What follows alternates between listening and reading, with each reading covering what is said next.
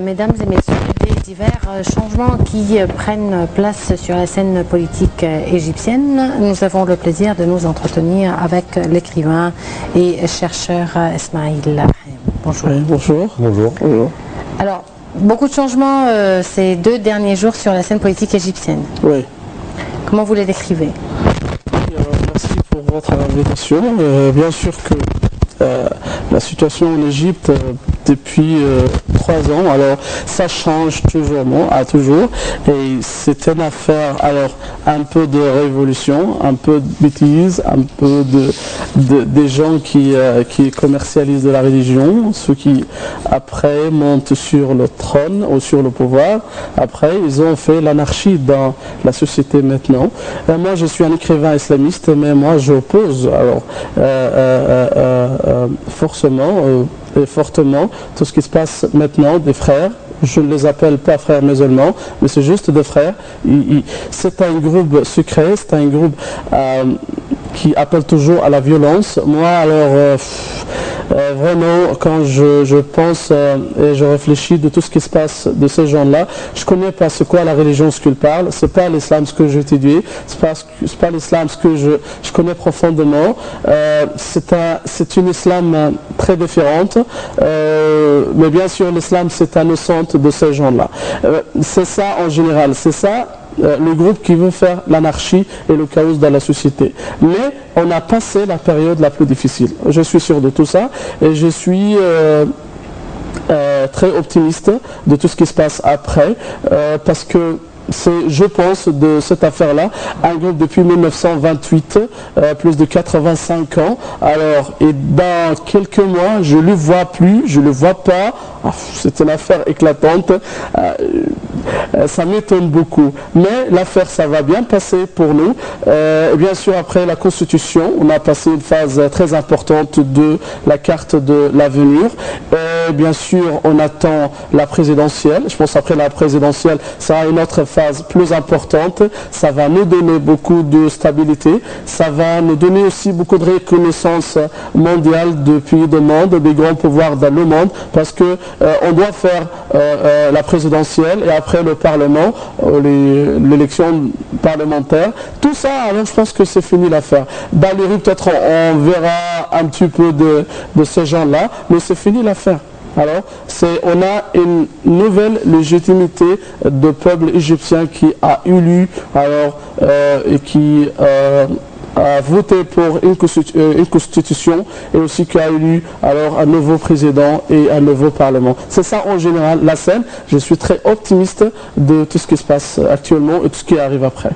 Depuis quelque temps, les manifestations des frères ont été, je dirais, fragilisées. Oui. Okay. Il y avait tout simplement les manifestations au sein des universités, que ce soit du Caire ou l'Azhar. Depuis à peu près le mercredi soir, avec l'annonce de la candidature du maréchal Abdel Fattah el-Sisi à la présidentielle, et les frères ont parlé de manifestations monstres, de grandes perturbations de la vie normale des Égyptiens. Comment voyez-vous cela et comment en faire pour contrer ces, je dirais, démarches qui nous traînent quand même vers l'arrière, pas vers le devant? Bien sûr que ça c'est normal pour un tel groupe comme ça. Un groupe avec telle pensée, très radical, très fanatique, spécifiquement après les années 60, quand on a quelqu'un d'eux qui s'appelle Saïd Qutb, c'est ça le penseur radical de ces groupes-là, celui qui a écrit un livre qui s'appelle Des signes dans... excusez-moi, parce que je dois alors parler profondément de cette affaire, parce que c'est ça ce qu'on souffre actuellement, et de chefs ou de dirigeants de ces groupes, ceux qui appartiennent à la pensée de Qutb. Celui qui a écrit un livre qui s'appelle Signes sur la route, Ma'al Ma'al Tariq. Dans ce livre-là, il a parlé sur la société actuelle dans le monde islamique, comme une société de jahiliya, aussi une société de mécréance. C'est mécréant.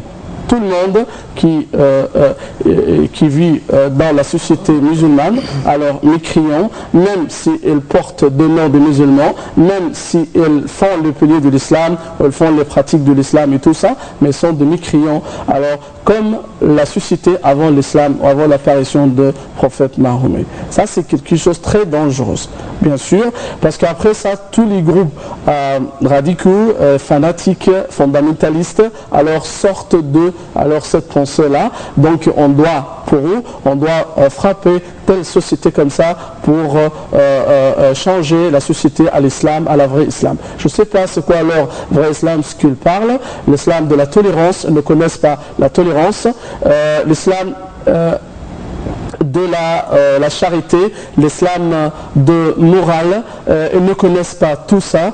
Toujours, ils cherchent de pouvoir. Seulement pas de pouvoir, on va brûler le monde, on va brûler la société. Oui, alors, on dit toujours que les dirigeants de ces gens-là sont maintenant dans la prison, mais alors, il y a une organisation internationale. Cette organisation qui complote contre l'Égypte, qui fait beaucoup de plans alors négatifs contre l'Égypte, avec aussi collaboration avec quelques pays. Alors, je suis très désolé que je peux les appeler arabes. Il n'y a pas d'un pays arabe qui essaye de faire tomber l'Égypte et de faire de sédition, de faire de troubles en Égypte comme ça arrive avec un pays qui s'appelle Qatar. C'est pas un pays là.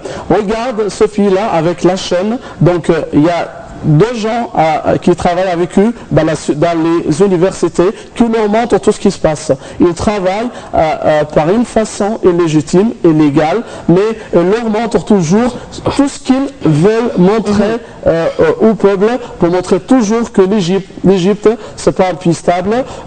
Donc moi je ne comprends pas et je blâme maintenant les autorités égyptiennes de ne pas faire une position très forte avec tel pays. Il faut au moins alors chasser leur ambassadeur. Il faut alors arrêter les relations avec tel pays-là qui peut faire des problèmes pour l'Égypte. C'est pas normal. Qu'est-ce que vous pensez des partis politiques, puisqu'il y en a certains qui prônent une certaine réconciliation avec les frères? Quel parti? Il y a certains partis politiques qui ont voulu ou bien annoncé l'idée de faire une réconciliation avec les frères pour avoir une stabilité ou bien pour éviter le chaos dans la rue égyptienne. Qu'est-ce que vous pensez de ces initiatives? Je ne pense pas à la réconciliation. Okay? Ça, c'est une chose urgente pour l'Égypte. Mais avec qui alors? Avec qui? Avec ceux qui sont condamnés à la violence, ceux qui sont accusés de faire des actes terroristes en Égypte. Alors, il faut toujours éclairer les affaires au peuple. Alors, on a besoin de gens qui veulent participer à la vraie politique.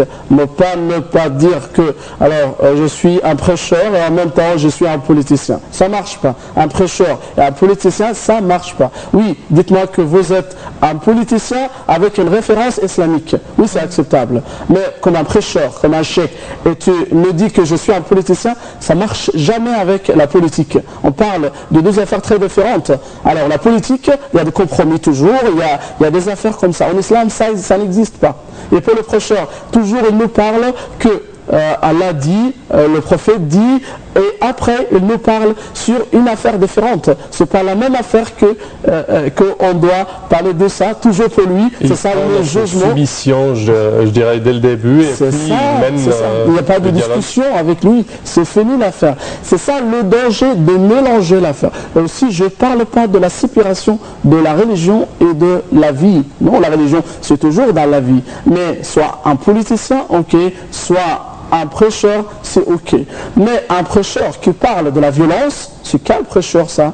Un prêcheur qui parle de terrorisme, qui parle de tuer les soldats égyptiens, soit de la police, soit de l'armée, ça c'est une chose que je ne comprends pas. Ça n'a rien à faire avec l'islam là. C'est pas l'islam. Toujours regardez bien le Coran, regardez bien la tolérance alors de l'islam. Alors voilà, c'est ça avec ceux qui non musulmans. On peut traduire ça? Oui. Il faut. Alors vas-y. Non, vas-y. Je ne suis pas spécialiste.